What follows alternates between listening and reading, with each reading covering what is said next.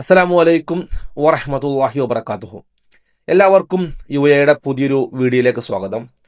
നമ്മളിന്ന് ചെയ്യാൻ പോകുന്നത് എന്താണ് ഇസ്ലാം, അതേപോലെ തന്നെ ഇസ്ലാമിൻ്റെ യഥാർത്ഥ വഴി എങ്ങനെയാണ് മനസ്സിലാക്കാൻ സാധിക്കുക, ആ വഴി എന്താണ്, ആ വഴിയിൽ നിന്ന് വ്യതിചലിച്ച് പോയിട്ടുള്ള അല്ലെങ്കിൽ അതിൽ നിന്ന് വഴിപിഴച്ചു പോയിട്ടുള്ള വിഭാഗങ്ങൾ ഏതൊക്കെയാണ്. എല്ലാ വിഭാഗത്തിനെ കുറിച്ചുള്ള ഒരുപാട് വിഭാഗങ്ങളുണ്ട്. എല്ലാ വിഭാഗത്തിനെ കുറിച്ചല്ല, നമുക്ക് കേട്ട് പരിചയമുള്ള ഒരു 3 വിഭാഗത്തിനെ കുറിച്ച് മാത്രം. അവർ വഴിപിഴച്ച് പോകാനുണ്ടായിട്ടുള്ള കാരണങ്ങൾ എന്തൊക്കെയാണ്, അതാണ് നമ്മൾ നോക്കുന്നത്. ചില ആൾക്കാർ ഇങ്ങനെ ചോദിക്കും, നമ്മൾ എന്തിനാണ് ഇത്ര വിഷയങ്ങൾ സംസാരിക്കുന്നത്, നമുക്ക് വേറെ എന്തൊക്കെ വിഷയം സംസാരിക്കാനുണ്ട് അല്ലേ, വേറെ എന്തൊക്കെ കാര്യങ്ങളുണ്ട്, കുറേ പൊളിറ്റിക്സ് ഉണ്ട്, കുറേ സയൻറ്റിഫിക് ആയിട്ടുള്ള കാര്യങ്ങളുണ്ട്, നമ്മൾ എന്തിനാണ് ഇതൊക്കെ സംസാരിക്കുന്നത്. ഇത് ഏറ്റവും ഇമ്പോർട്ടൻ്റ് ആയിട്ടുള്ള കാര്യമാണ്. നമ്മൾ നിർബന്ധമായിട്ടും എന്താണ് ഇസ്ലാം എന്നും ഇസ്ലാമിൻ്റെ യഥാർത്ഥ വഴി എന്താണെന്നുള്ളതും, അതേപോലെ തന്നെ അതിന്ന് വഴിപിഴച്ച് പോയിട്ടുള്ള വിഭാഗങ്ങൾ ഏതൊക്കെയാണെന്നും അവർ വഴിപിഴച്ച് പോരുണ്ടായിട്ടുള്ള കാരണം എന്താണെന്നും നിർബന്ധമായിട്ട് അറിഞ്ഞിരിക്കണം. അപ്പോൾ നമ്മളെന്നും പ്രാർത്ഥിക്കുന്ന പ്രാർത്ഥനയാണല്ലോ, ഇപ്പോൾ എന്നെ നേരായ പാതയിൽ അള്ളാഹുവെ നയിക്കണമെന്നും നമ്മൾ പ്രാർത്ഥിക്കാറുണ്ട്. നേരായ പാതയെക്കുറിച്ച് നമ്മളിങ്ങനെ വെറുതെ പ്രാർത്ഥിച്ചിട്ട് കാര്യമുണ്ടോ? അതിനെക്കുറിച്ച് അറിയണ്ടേ, ഇതെന്താണെന്ന് മനസ്സിലാക്കണ്ടേ, നമ്മൾ ശ്രമിക്കണ്ടേ അല്ലേ? അതേപോലെ തന്നെ ഇപ്പോൾ ഒരു വഴിപിഴച്ച് പോയിട്ടുള്ള വിഭാഗം ആൾക്കാരുണ്ട്. ആ ആളുകൾ നമ്മുടെ അടുത്തേക്ക് വരികയോ അല്ലെങ്കിൽ അത്തരം ആളുകളുടെ വിശ്വാസങ്ങളും കാര്യങ്ങളൊക്കെ നമ്മളിലേക്ക് വരാനുള്ള സാധ്യത കൂടിയുണ്ട് അല്ലേ? നമ്മളത് നിർബന്ധമായിട്ട് അറിഞ്ഞിരിക്കണം. ഇത് ഇസ്ലാമിൻ്റെ യഥാർത്ഥ വഴിയല്ല, നമ്മൾ നിർബന്ധമായിട്ട് അറിഞ്ഞിരിക്കണം. പക്ഷേ ഷെയ്ഖ് ഇബ്നു ഖയ്യിം റഹിമഹുള്ളാഹി പറയുന്നൊരു കാര്യമുണ്ട്. ഒരു മുസ്ലിം അവന് നല്ല അറിവുണ്ടെന്നുണ്ടെങ്കിൽ അവനെപ്പോഴും എന്താണ് ഇസ്ലാം എന്നും ഇസ്ലാമിൻ്റെ യഥാർത്ഥ വഴി എന്താണെന്നുള്ളതും ആ വഴി എങ്ങനെയാണെന്നുള്ളതും കൃത്യമായി അറിയാം. അതേപോലെ തന്നെ വഴിപിഴച്ച് പോയിട്ടുള്ള വിഭാഗങ്ങളെക്കുറിച്ചും അവർ വഴിപിഴച്ച് പോകാനുണ്ടായിട്ടുള്ള കാരണത്തെക്കുറിച്ചും വ്യക്തമായിട്ട് അറിയാം. അപ്പം ഇങ്ങനെ ഇത്തരത്തില് അറിവുണ്ടായിരിക്കുക എന്നുള്ളത് ഒരു മുസ്ലിമിൻ്റെ അറിവുള്ള മുസ്ലിമിൻ്റെ ലക്ഷണമാണെന്നുള്ളത്. ഇനി നമ്മളെല്ലാവരും ജീവിക്കുന്നത് എന്തിനാ? വിജയം നേടാൻ വേണ്ടിയിട്ടാണ്.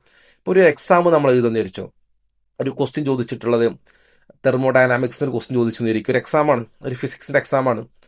നമ്മൾ അവിടെ പോയിട്ട് നമ്മൾ ബയോളജിക്കകത്തുള്ള എന്തെങ്കിലും ഉത്തരം നമ്മളവിടെ എഴുതി വെക്കും? ഇല്ല. ആ ഒരു ക്വസ്റ്റിന് കറക്റ്റ് ആൻസർ ചെയ്താലുള്ളൂ എന്ത് ചെയ്യുള്ളൂ, മാർക്ക് കിട്ടുള്ളൂ. അപ്പോൾ നമ്മൾ വിജയിക്കണമെന്നുണ്ടെങ്കിൽ നമ്മളെടുത്ത പാത, നമ്മൾ ആൻസർ ചെയ്യുന്ന രീതി, നമ്മളെ ഭൂമിയിൽ നമ്മൾ ആൻസർ ചെയ്യുന്ന രീതി അത് കറക്റ്റ് ആയിരിക്കണം എന്നുള്ളതാണ്. അപ്പോൾ ഇത് ഏറ്റവും ഇമ്പോർട്ടൻ്റ് ആണ്. ഇത് ഒരു തരത്തിൽ നമുക്ക് മാറ്റിവെക്കാൻ സാധിക്കുന്ന ഒരു കാര്യമല്ല. ഇനി ഞാൻ ഈ വീഡിയോ ചെയ്യാൻ ഉദ്ദേശിച്ചിട്ടുള്ളത് മുസ്ലിങ്ങളായ ആൾക്കാർക്കും പിന്നെ അമുസ്ലിങ്ങളായ ആൾക്കാർക്കൊക്കെ മനസ്സിലാവുന്ന രീതിയിൽ, വളരെ എളുപ്പത്തിൽ പറ്റുന്ന രീതിയിലാണ് ഉദ്ദേശിച്ചിട്ടുള്ളത്. അല്ലാഹു ആലം. ഇനി ഒരു കാര്യം നമ്മൾ മനസ്സിലാക്കേണ്ടത്, നമ്മുടെ നാട്ടിൽ ഇസ്ലാമിനെ കുറിച്ച് ഒരുപാട് തരത്തിലുള്ള കള്ളപ്രചാരണങ്ങളുണ്ട്. അതിൽ ചില ഇസ്ലാം വിരോധികളായിട്ടുള്ള ആൾക്കാർ പറയും, നിങ്ങൾ ഐസിസിനെ നോക്ക്, നിങ്ങൾ അൽ ഖായിദയെ നോക്ക്, അവരൊക്കെയാണ് യഥാർത്ഥ ഇസ്ലാം.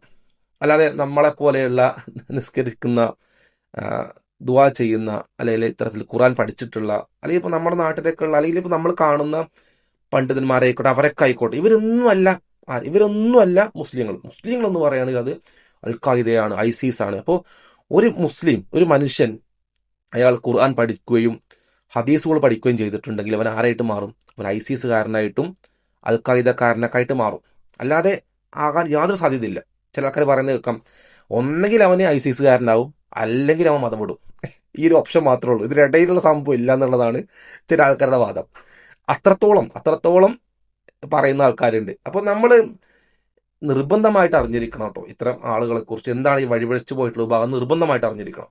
ഞാൻ ആദ്യം നിങ്ങൾക്ക് പറഞ്ഞുതരാൻ ഉദ്ദേശിച്ചിട്ടുള്ളത് എന്താണ് ഇസ്ലാം എന്നുള്ളതാണ്. കാരണം ചില ആൾക്കാരുടെ വിശ്വാസം എന്ന് പറയുന്നത്, മനസ്സിലാക്കിയ കാര്യം എന്ന് പറയുകയാണെങ്കിൽ, ഇസ്ലാം എന്ന് പറയുകയാണെങ്കിൽ ഒരു 7th സെഞ്ചുറി, ഒരു 6th സെഞ്ചുറി കാലഘട്ടത്തിൽ വന്നിട്ടുള്ള ഒരു പുതിയ മതമാണെന്നുള്ളതാണ്. ശരിക്കും ഇസ്ലാം എന്ന് പറയുകയാണെങ്കിൽ അതിൻ്റെ ടെക്നിക്കൽ മീനിങ് എന്ന് പറയുകയാണെങ്കിൽ സബ്മിഷൻ ടു അള്ളാഹ്. ഇപ്പോൾ ഈ ഒരു പ്രപഞ്ചം സൃഷ്ടിച്ച് പരിപാലിക്കുന്ന ഒരു ദൈവമുണ്ട്, അള്ളാഹുണ്ട്. ആ അള്ളാഹുവിനെ അനുസരിക്കുക, അവൻ്റെ നിയമങ്ങൾക്ക് കീഴൊതുങ്ങിക്കൊണ്ട് ജീവിക്കുക എന്നുള്ളൊരു പ്രക്രിയ ഉണ്ടല്ലോ, അതിനെയാണ് നമ്മൾ ഇസ്ലാം എന്ന് പറയുന്നത്. ആ സിസ്റ്റത്തിനെയാണ് നമ്മൾ ഇസ്ലാം എന്ന് പറയുന്നത്. ഇനി അങ്ങനെ പ്രപഞ്ചം സൃഷ്ടിച്ച്, നിങ്ങൾ ആലോചിക്കുക, പ്രപഞ്ചം മുഴുവൻ അല്ലെ, വലിയൊരു പ്രപഞ്ചം സൃഷ്ടിച്ച് അതിനെ പരിപാലിക്കുന്ന ദൈവമാണ്. അപ്പോൾ ആ ദൈവത്തെ നിയമങ്ങൾ അംഗീകരിക്കുകയും അവന് സബ്മിറ്റ് ചെയ്യുകയും ചെയ്യുന്നവനെ ഇസ്ലാം, ആ പ്രക്രിയ ഇസ്ലാം എന്നും, സബ്മിറ്റ് ചെയ്യുന്ന ആളെ നമ്മൾ മുസ്ലിം എന്നും പറയും. അപ്പോൾ അങ്ങനെയാണെന്നുണ്ടെങ്കിൽ പ്രപഞ്ചത്തിനകത്ത് ഒരുപാട് ഒരുപാട് സൃഷ്ടികളുണ്ട് അല്ലേ? സൂര്യനും ചന്ദ്രനും നക്ഷത്രങ്ങളും ഗോളങ്ങളും, നമുക്കിപ്പോൾ എണ്ണിയാൽ തീരാത്തത്ര നക്ഷത്രങ്ങളും ഗോളങ്ങളും ഒക്കെ അല്ലേ, ഗ്രഹങ്ങളൊക്കെ നമ്മളെ പ്രപഞ്ചത്തിലുണ്ട്. അപ്പോൾ ഇത് എല്ലാം തന്നെ അള്ളാഹുവിൻ്റെ നിയമങ്ങൾ അനുസരിച്ചുകൊണ്ട് നിൽക്കുന്നവയാണ്. മനസ്സിലായോ? അതായത് ഇതെല്ലാം മുസ്ലിങ്ങളാണെന്നർത്ഥം. അള്ളാഹുവിന് ഒരുപാട് സൃഷ്ടികളുണ്ട്. ഇപ്പം നമുക്ക് കാണാത്തതും നമുക്ക് അറിവുള്ളതിനെ കുറിച്ച് അറിവുള്ളതും അറിവില്ലാത്തതുമായിട്ടും ഒരുപാട് സൃഷ്ടികളുണ്ട്. അതുകൊണ്ട് തന്നെ പ്രപഞ്ചത്തിലെ അള്ളാഹുവിൻ്റെ ജീവനുള്ളതും ജീവനില്ലാത്തതുമായിട്ടുള്ള സൃഷ്ടികളെല്ലാം കണക്കൂട്ടിയിട്ടുണ്ടെങ്കിൽ എല്ലാ സൃഷ്ടികളിലും ഏറ്റവും കൂടുതൽ സൃഷ്ടികളുള്ളത് മുസ്ലിങ്ങളാണ്. വളരെ കുറച്ച് മാത്രം. അപ്പോൾ നമ്മുടെ നാട്ടിലൊക്കെ നമ്മൾ പറയാറുണ്ടല്ലോ, വിരലിലെണ്ണാവുന്ന രീതിയിൽ എന്ന് പറയുമല്ലോ, അത്രത്തോളം വളരെ മൈന്യൂട്ടായിട്ട് നെഗ്ലക്റ്റ് ചെയ്യാൻ പറ്റുന്ന രീതിയിലുള്ള എണ്ണം മാത്രമേ ഉള്ളൂ മുസ്ലിങ്ങളല്ലാത്ത ആൾക്കാരുള്ളൂ. അതിൽ പ്രധാനപ്പെട്ട വിഭാഗം വരുന്നത് മനുഷ്യർക്കിടയിലാണ്, പിന്നെ ജിന്നുകൾക്കിടയിലാണ്. ബാക്കിയെല്ലാം മുസ്ലിങ്ങളാണ്. അതായത് ഞാൻ പറഞ്ഞത് നക്ഷത്രങ്ങളും ഗ്രഹങ്ങളും നമ്മളുടെ കല്ലായിക്കോട്ടെ, നമ്മളുടെ വൃക്ഷങ്ങളായിക്കോട്ടെ, എല്ലാം ദൈവിക നിയമം അനുസരിച്ച് കൊണ്ട് നിൽക്കുന്നവയാണ്. ഓക്കെ. ഇനി മലക്കുകളുടെ എണ്ണത്തെക്കുറിച്ച് പറയാന്നുണ്ടെങ്കിൽ മലക്കുകളുടെ എണ്ണവും നമ്മളുടെ മനുഷ്യരുടെ എണ്ണം കമ്പയർ ചെയ്യാന്ന്, മനുഷ്യരുടെ എണ്ണം ഒന്നുമല്ല. നമ്മൾ എന്ന് പറഞ്ഞാൽ നിങ്ങളൊന്ന് ആലോചിച്ച് നോക്കും, നമ്മളെ ഭൂമിയിൽ ഇത്ര വലിയ പ്രപഞ്ചത്തിൽ ഭൂമിയിലുള്ള ഒരു ചെറിയ എണ്ണം മാത്രമേ നമ്മളുള്ളൂ. അപ്പോൾ നേരെ മറിച്ച് മലക്കുകൾ എന്ന് പറയുകയാണെങ്കിൽ ആകാശലോകം നിറഞ്ഞു നിൽക്കുന്ന സൃഷ്ടികളാണ്. ഇത് അള്ളാഹുവിൻ്റെ വേറെ സൃഷ്ടികളാണ്. അവരെല്ലാവരും മുസ്ലിങ്ങളാണ്. പക്ഷെ നേരെ മറിച്ച് മനുഷ്യരിൽപ്പെട്ട ഒരു വിഭാഗം ആൾക്കാർ മാത്രമേ ഉള്ളൂ മുസ്ലിങ്ങളായിട്ടുള്ളൂ. ബാക്കിയെല്ലാം അമുസ്ലിങ്ങളായിട്ടുള്ള ആൾക്കാരാണ്. അപ്പോൾ ദൈവിക നിയമം അനുസരിച്ച് കൊണ്ട് പ്രപഞ്ചം സൃഷ്ടിച്ച് പരിപാലിക്കുന്ന റബ്ബിനെ മാത്രം ആരാധിച്ചുകൊണ്ട് അവൻ്റെ നിയമങ്ങൾ അനുസരിച്ച് കൊണ്ട് ജീവിക്കുക എന്നുള്ള പ്രക്രിയ, അതാണ് ഇസ്ലാം. അങ്ങനെ ചെയ്യുന്നവനെയാണ് മുസ്ലിം എന്ന് പറയുന്നത്. ഇതാണ് നമ്മൾ മനസ്സിലാക്കേണ്ട കാര്യം. ഇനി അള്ളാഹു മനുഷ്യനെ സൃഷ്ടിച്ചത് എന്തിനാന്നുള്ളൊരു പ്രധാനപ്പെട്ട ചോദ്യമുണ്ട്. അതിപ്പോൾ നമ്മൾ ഈ പുസ്തകമുണ്ട്, ഈ പുസ്തകം എന്തിനാണെന്നുള്ളത് ഒരു നോട്ട്ബുക്കാണെന്ന് ഇരിക്കും. ആ ഒരു നോട്ട്ബുക്ക് എന്തിനാണ്? നമുക്ക് എഴുതാൻ വേണ്ടിയിട്ടാണ് നോട്ട്ബുക്ക് ഉള്ളത്, അല്ലേ? നമ്മൾ കാര്യങ്ങൾ എഴുതി വെക്കാൻ വേണ്ടി, എഴുതി സൂക്ഷിക്കാൻ വേണ്ടിയിട്ടാണ് നോട്ട്ബുക്ക് ഉള്ളത്. എഴുതാൻ വേണ്ടി ഉപയോഗിക്കുന്ന സാധനമാണ് പെന്ന്. നമ്മളെ പെന്നെടുത്ത് നമ്മളെ പേനാക്കളി കളിക്കും ഇടയ്ക്കല്ലേ, പെന്നിങ്ങനെ കളിക്കാറ് പണ്ട് സ്കൂളിൽ നിന്ന് കളിക്കുമല്ലോ, പെന്ന് കളിക്കുമല്ലോ. അതേപോലെ തന്നെ നോട്ട്ബുക്ക് നമ്മൾ തന്നെ കീറിയിട്ട് തോണിണ്ടായി കളിക്കും. ശരിക്കും നോട്ട്ബുക്ക് ഉണ്ടാക്കിയിട്ടുള്ളത് ഈ തോണിണ്ടായി കളിക്കാനാണോ, അല്ലെങ്കിൽ പെന്നുണ്ടാക്കിയിട്ടുള്ളത് പേനാക്കളി കളിക്കാനാണോ? അല്ല. അതിന് രണ്ടിനും കൃത്യമായിട്ടുള്ള പർപ്പസ് ഉണ്ട്. അപ്പം ഇതേപോലെ തന്നെ മനുഷ്യന് എന്തുണ്ട്? മനുഷ്യനും കൃത്യമായിട്ടുള്ള പർപ്പസ് ഉണ്ട്. നമ്മുടെ ലൈഫിന് പർപ്പസ് ഉണ്ട്. നമ്മുടെ ലൈഫിൻ്റെ പർപ്പസ് എന്ന് പറയുകയാണെങ്കിൽ അത് പ്രപഞ്ചം സൃഷ്ടിച്ച് പരിപാലിക്കുന്ന അള്ളാഹുവിനെ മാത്രം ആരാധിക്കുക എന്നുള്ളതാണ്.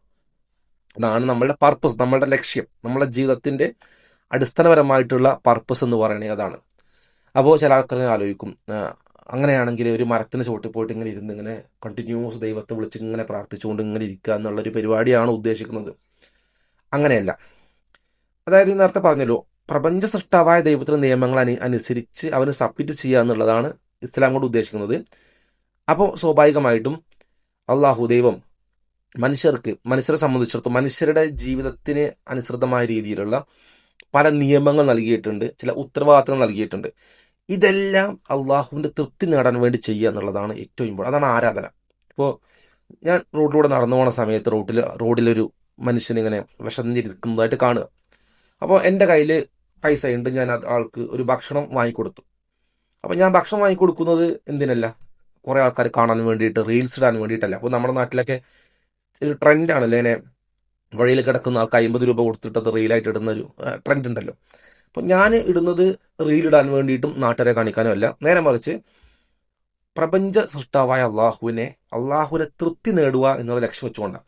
അതായത് ഇപ്പോൾ നമ്മളൊരു കമ്പനിയിൽ വർക്ക് ചെയ്യാന്നിരിക്കും. നമ്മുടെ കമ്പനിയിൽ വർക്ക് ചെയ്യുമ്പോൾ അവിടുത്തെ മാനേജറിൻ്റെ തൃപ്തി നേടുക എന്നുള്ളത്, അയാൾ നമ്മളിൽ തൃപ്തി ഉള്ളവനാകുക എന്നുള്ളത് നമ്മൾ ആഗ്രഹിക്കും. നമ്മളെ മാനേജർ നമ്മൾ തൃപ്തി ഇല്ലെങ്കിൽ ആൾ നമ്മളെ കമ്പനിയിൽ നിന്ന് പുറത്താക്കും, അല്ലേ? അല്ലെങ്കിൽ ആൾ നമുക്ക് വേണ്ട ഇൻക്രിമെൻസ് ഒന്നും അവർ തരില്ല ഭാവിയിൽ, അല്ലേ? ഇപ്പോഴും ഇത്ര പൈസ ശമ്പളം കൂടുതൽ വേണമെന്ന് ആവശ്യപ്പെട്ടിട്ടുണ്ടെങ്കിൽ ആൾക്ക് തൃപ്തി ഇല്ലെങ്കിൽ, നമ്മളെ പണിയിൽ തൃപ്തി ഇല്ലെങ്കിൽ ആൾ നമുക്കൊന്നും കൂട്ടിത്തരാൻ പോകുന്നില്ല. പ്രപഞ്ചം സൃഷ്ടിച്ച അള്ളാഹുവിൻ്റെ തൃപ്തി നേടുക എന്നുള്ളതാണ് ഏറ്റവും ഇമ്പോർട്ടൻ്റ് കാര്യം. അതാണ് നമുക്ക് ഏറ്റവും ആവശ്യമായിട്ടുള്ള കാര്യം. അപ്പോൾ ഞാനൊരു കർമ്മം ചെയ്യുകയാണെങ്കിൽ അള്ളാഹുവിൻ്റെ തൃപ്തി മാത്രം ആഗ്രഹിച്ചുകൊണ്ട് ചെയ്യുകയാണ്. അപ്പോൾ അതൊരു ആരാധനയായിട്ട് മാറി.